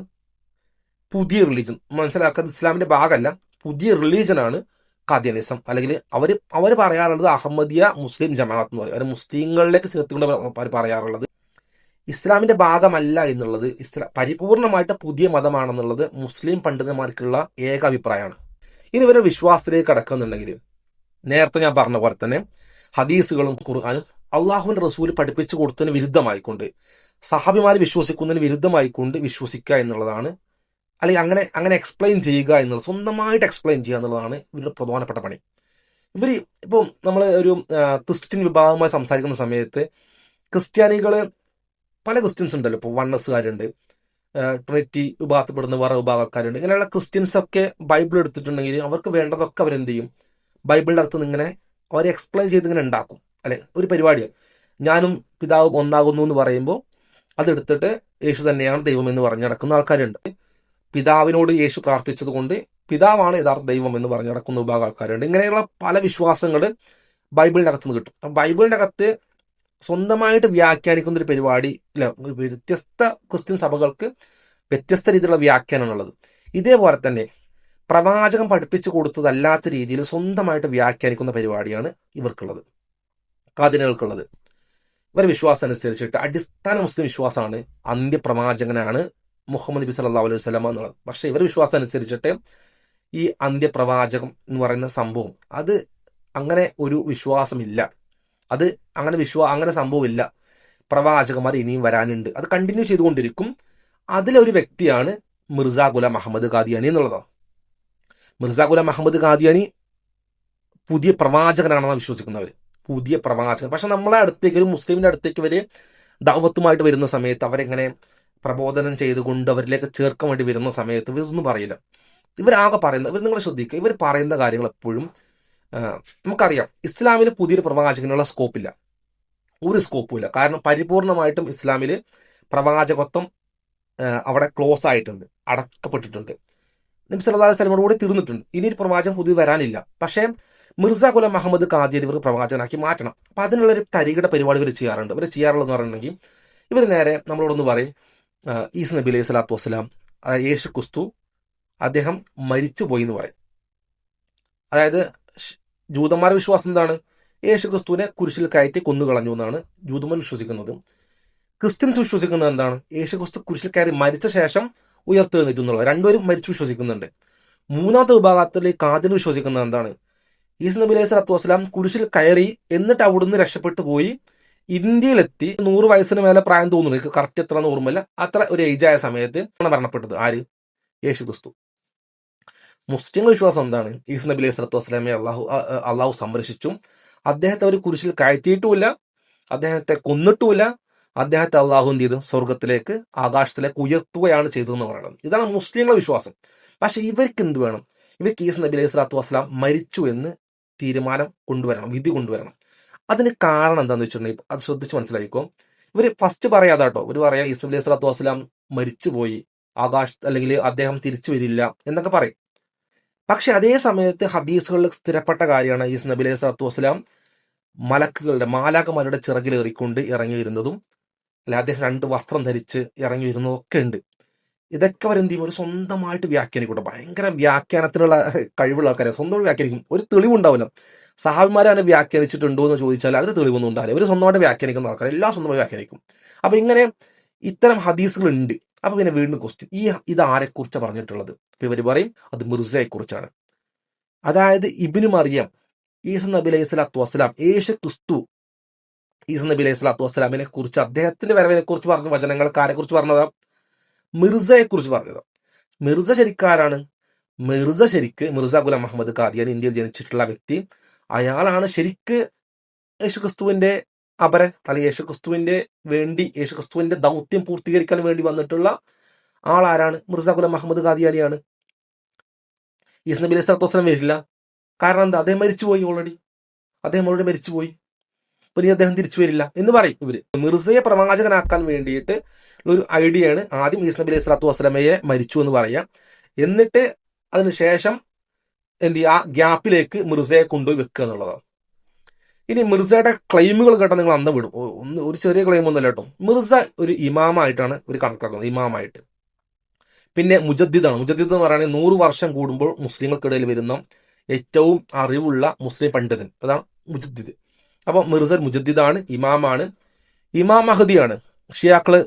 ഷിയാക്കളായിക്കോട്ടെ അലുസുന്ന ആയിക്കോട്ടെ, നമ്മളതിൽ വിശ്വസിച്ച് കാത്തിരിക്കുന്ന ഇമാം മഹദിയാണ് ആര്, റഹിമുള്ള. അദ്ദേഹമാണ് ആര്, മിർസ ഗുലാം മുഹമ്മദ് ഖാദിയാനി. 3 കാര്യമായിട്ടോ. 4ാമതായിട്ട് അയാൾ ആരാണ്, മസീഹാണ്, മിഷിഹയാണ്. ജൂതന്മാർ കാത്തിരിക്കുന്ന മിഷിഹയാണ് ആര്, അതും മിർസ ഗുലാം മുഹമ്മദ് ഖാദിയാനിയാണ്. തീർന്നില്ല. അടുത്തത് ഈസ നബി അലൈഹി സ്വലാത്തു വസ്സലാമയുടെ 2ാമത്തെ വരവാണ് ആര്, മിർസ ഗുലാം മുഹമ്മദ് ഖാദിയാനി. യേശു ക്രിസ്തു ആണ് ആര്, മിർസ ഗുലാം മുഹമ്മദ് ഖാദിയാനി. തീർന്നില്ല. അടുത്തത് വീണ്ടും ഉണ്ട്, നബി സല്ലല്ലാഹു അലൈഹി വസല്ലമയുടെ 2ാമത്തെ വരവാണ് ആര്, മിർസ ഗുലാം അഹമ്മദ് ഖാദിയാനി. നബി സല്ലല്ലാഹു അലൈഹി പ്രവാചകനായിട്ടുള്ള മുഹമ്മദ് നബി സല്ലല്ലാഹു അലൈഹി വസല്ലമയുടെ സെക്കൻഡ് കമ്മിങ് ആണെന്നുള്ളത് വ്യക്തമായിട്ട് അവർ പഠിക്കേണ്ട, അവർക്ക് നിർബന്ധമായി പഠിക്കേണ്ട വിശ്വാസമാണ്. നബി സല്ലല്ലാഹു അലൈഹി വസല്ലമയുടെ 2ാമത്തെ വരവാണ് ആര്, മിർസ ഗുലാം അഹമ്മദ് ഖാദിയാനി. അതും കഴിഞ്ഞില്ല, ശ്രീകൃഷ്ണന്റെ അവതാരം കൂടിയാണ് മിർസ ഗുലാം അഹമ്മദ് ഖാദിയാനി. ഇതെല്ലാം കഴിഞ്ഞ് ഹിന്ദുസ്ഥയിലേക്ക് പോയി, അല്ല അവരെയും കൂടി പിടിച്ച് ഇതിലേക്ക് ആഡ് ചെയ്തു. പിന്നെ അയാൾ പറഞ്ഞ വേറൊരു കാര്യമാണ്, അയാൾ അള്ളാഹു ആകുന്നത് സ്വപ്നം കണ്ടിരിക്കുന്നു എന്നുള്ളത്. അതായത് അയാൾ അള്ളാഹു ആയിട്ട് മാറുന്നത് അയാൾ ഇങ്ങനെ സ്വപ്നം കണ്ടു എന്ന്. എന്താ പറയാ അല്ലേ, ഇപ്പം എല്ലാം കഴിഞ്ഞപ്പോൾ അള്ളാഹുലേക്ക് വരെത്തി. ആളല്ലാത്തതായിട്ടൊന്നുമില്ല, എല്ലാം പുള്ളിക്കാരനാണ്, എല്ലാം മിർസ ഗുലാം മുഹമ്മദ് ഖാദിയാനിയാണ്. ഈ മിർസ ഗുലാം മുഹമ്മദ് ഖാദിയാനി പറയാണ്, നബി സല്ലല്ലാഹു അലൈഹി വസല്ലം പറഞ്ഞു, നിങ്ങൾ ആലോചിക്കുക, റസൂലിന്റെ പേരിൽ നുണ പറഞ്ഞിട്ടുണ്ടെങ്കിൽ അവൻ നരകത്തിൽ സീറ്റ് ഉറപ്പിക്കട്ടെ എന്ന് വിശ്വസിക്കുന്ന മുസ്ലിങ്ങളാണ് നമ്മൾ, അല്ലേ? അപ്പോൾ മിർസ പറയാണ്, നബി സല്ലല്ലാഹു അലൈഹി വസല്ലം പറഞ്ഞു, ഇന്ത്യയിൽ കറുത്ത നിറമുള്ള ഒരു പ്രവാചകൻ വന്നിട്ടുണ്ട്, അല്ലെ? കഹാൻ എന്ന പേരുള്ള, കൃഷ്ണൻ എന്ന പേരുള്ള ഒരു പ്രവാചകൻ ഇന്ത്യയിലേക്ക് വന്നിട്ടുണ്ട്. ഇവർ വിശ്വസിക്കുകയാണ്. അങ്ങനെ ആര് പറഞ്ഞു എന്നുള്ളത്, മുഹമ്മദ് നബി സല്ലല്ലാഹു അലൈഹി വസല്ലം പറഞ്ഞു എന്നുള്ളത് മിർസ പറയാണ്. നിങ്ങൾ ചോദിച്ചു നോക്കുക, ആരോട് ചോദിക്കും, ഈ ഒരു ഹദീസ് നിങ്ങൾക്ക് എവിടെയെങ്കിലും കാണിച്ചു തരാൻ പറ്റുമോ? ഈ നമുക്ക് എന്തോരം ഹദീസ് ഗ്രന്ഥങ്ങളുണ്ട്, ഒരേറ്റ ഹദീസ് ഗ്രന്ഥത്തിൽ പോലും ഹദീസ് കാണാൻ സാധിക്കില്ല. മിർസ ഉണ്ടാക്കിയെടുത്ത നുണ മാത്രമാണ് അത്. മിർസ പറയും. അപ്പൊ ഇവരോട് ചോദിച്ചാൽ പറയും, ഇവർ പറയും ആ ഹദീസ് നഷ്ടപ്പെട്ടു പോയി എന്ന് പറയും. അള്ളാഹുവിന്റെ വഹി നഷ്ടപ്പെട്ടു പോയി എന്നാണ് അവർ പറയുന്നത്. ലാ ഹൗല വലാ ഖുവ. ഇങ്ങനെയാണ് അള്ളാഹുവിന്റെ വഹി, അള്ളാഹു റസൂലിന് പഠിപ്പിച്ചു കൊടുത്തിട്ടുള്ള ഒരു കാര്യം, ഒരു വഹി നഷ്ടപ്പെട്ടു പോവോ? വഹി അള്ളാഹു സംരക്ഷിക്കും എന്നുള്ളത് നമ്മൾ അടിസ്ഥാന വിശ്വാസമാണ്. പക്ഷെ ഇവരുടെ നേരത്തെ ഷിയാക്കൾ പറഞ്ഞ പോലെ 17,000 വചനങ്ങളുള്ള ഗ്രന്ഥത്തിൽ നിന്ന് 6,136 വചനം മാത്രമാക്കി വെച്ചു, ബാക്കി എല്ലാ മുസ്ലിങ്ങൾ സഹായിമാരെ എടുത്ത് ഒഴിവാക്കിയതുപോലെ, അത് കാണാനില്ലാത്തതുപോലെ, ഇമാം മഹദിന്റെ അടുത്ത് മാത്രമുള്ളതുപോലെ ഈ ഒരു ഹദീസും എന്തില്ല, മുസ്ലിം ലോകത്തില്ല. ഇത് നഷ്ടപ്പെട്ടു പോയി.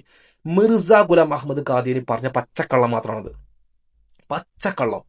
നിങ്ങൾ ചോദിച്ചോ, ഇത് എവിടെയെങ്കിലും ഒരു മുസ്ലിം ഗ്രന്ഥം, ഒരു മുസ്ലിങ്ങളുടെ അഹ്ലുസുന്നയുടെ ഒരു ഗ്രന്ഥത്തിനകത്ത് ഈ ഒരു ഹദീസ് കാണിച്ചു തരാൻ പറ്റുമോ? ഒരു ഗ്രന്ഥത്തിനകത്തും ഈ ഹദീസ് കാണാൻ സാധിക്കില്ല. ഒരു ഗ്രന്ഥത്തിനകത്തും ഈ ഹദീസില്ല, നഷ്ടപ്പെട്ടു പോയി എന്ന് പറയും. ഇതാണ് ഇവരുടെ ഒരു വാദം. നബി സല്ലല്ലാഹു അലൈഹി വസല്ലമയുടെ കാലത്ത് പോലും അതിന് ശേഷവും പല കാലഘട്ടങ്ങളിലായിട്ട് പുതിയ പ്രവാചകനാണെന്ന് പറഞ്ഞുകൊണ്ടൊക്കെ ഒരുപാട് ആളുകൾ വന്നിട്ടുണ്ട്. ഇമാം മഹദിയാണെന്ന് പറഞ്ഞു വന്നിട്ടുണ്ട്, അല്ലെ? ചരിത്രം നമുക്കറിയാലോ. സൗദിയിൽ വന്നിട്ടുണ്ട് ഇമാം മഹദി എന്ന് പറഞ്ഞുകൊണ്ട്, മക്കയെ ഉപരോധിച്ചിട്ടുണ്ട്, മക്കക്കകത്ത് കയറിയിട്ടുണ്ട്, കഅബയുടെ മസ്ജിദുൽ ഹറമിൽ കയറി ചോര വീഴ്ത്തിയിട്ടുണ്ട്. അപ്പൊ ഇങ്ങനെ ഇമാം മഹദിയാണെന്ന് പറഞ്ഞുകൊണ്ടും അതുപോലെ പ്രവാചകനാണെന്ന് പറഞ്ഞുകൊണ്ടൊക്കെ ഒരുപാട് ടീം ഒരുപാട് ആൾക്കാർ വന്നിട്ടുണ്ട്. ഇത്തരം ആളുകളെ കുറിച്ചൊക്കെ റസൂൽ പഠിപ്പിച്ചെന്ന കാര്യം എന്താണെന്ന് വെച്ചിട്ടുണ്ടെങ്കിൽ വളരെ സിമ്പിളായിട്ട് പറഞ്ഞൊരു ഹദീസ്. അതായത് ലോകോവസാനത്തിന് മുമ്പ് 30ഓളം, ചില ഹദീസുകളിൽ 30ൽ കൂടുതൽ പറയുന്നുണ്ട്, അത്രത്തോളം ആളുകൾ, കള്ളന്മാർ, ദജ്ജാലുകൾ വരും. ആ ദജ്ജാലുകളെല്ലാം പറയുന്നത് ഞാൻ പ്രവാചകനാണെന്ന് പറയും. അപ്പോൾ പ്രവാചകനാണെന്ന് പറഞ്ഞുകൊണ്ട് ഒരുപാട് ദജ്ജാലുകൾ വരും എന്നുള്ളതാണ് റസൂൽ പഠിപ്പിച്ചു തന്നിട്ടുള്ളത്. അപ്പോൾ നമ്മളെ വിശ്വാസം അനുസരിച്ചിട്ട് ഇങ്ങനെ വരുന്ന ആൾക്കാരെല്ലാം ആരാണ്? ദജ്ജാലുകളാണ്. വളരെ സിമ്പിൾ, ദജ്ജാലുകളാണ്, ഒരു സംശയത്തിലില്ല. ഒരു എക്സാമ്പിൾ ആയിട്ട് ഇപ്പോൾ നമ്മളെ ഇന്ത്യയിൽ തന്നെ നമ്മൾ കാണപ്പെടുന്ന വേറൊരു വിഭാഗം ആൾക്കാരാണ് ബഹായികൾ എന്നുള്ളത്. ഈ ബഹായികളെ വിശ്വാസവും നബി സല്ലല്ലാഹു അലൈഹി വസല്ലം പ്രവാചകനാണെന്നുള്ളതാണ്. അതേപോലെ തന്നെ പുതിയൊരു പ്രവാചകൻ വന്നിരിക്കുന്നു, അതേപോലെ ശ്രീകൃഷ്ണൻ പ്രവാചകനാണെന്നൊക്കെ വിശ്വസിക്കുന്ന ആൾക്കാരാണ് ബഹായികൾ എന്നുള്ളത്. അപ്പോൾ ഈ ബഹായികൾക്കും അതേപോലെ തന്നെ ഈ കാദ്യാനികൾക്കൊക്കെ ഇസ്രായേൽ എന്ന് പറയുന്ന രാജ്യത്തിനകത്ത്, ഇസ്രായേൽ എന്ന് പറയുന്ന സയനിസ്റ്റ് ഒക്യുപ്പൈഡ് ലൊക്കേഷൻ്റെ അകത്ത് അവർക്ക് രണ്ടുപേർക്കും ഹെഡ് ക്വാർട്ടേഴ്സ് ഉണ്ട് എന്നുള്ളതാണ് വേറൊരു ഇൻട്രസ്റ്റിംഗ് ആയിട്ടുള്ള ഫാക്ടർ കൂടി. അപ്പോൾ നമ്മൾ നിൽക്കേണ്ടത് എപ്പോഴും നബി സല്ലല്ലാഹു അലൈഹി വസല്ലം പഠിപ്പിച്ചു തന്നിട്ടുള്ള വഴിയിലാണ്. കൃത്യമായിട്ട് എങ്ങനെയാണ് സഹാബിമാർ വിശ്വസിച്ചിട്ടുള്ളത്, എങ്ങനെയാണ് പ്രവാചകൻ പഠിപ്പിച്ചു തന്നിട്ടുള്ളത്, അതായിരിക്കണം നമ്മളെ വിശ്വാസം. അസ്സലാമു അലൈക്കും വറഹ്മത്തുള്ളാഹി വബറകാതുഹു.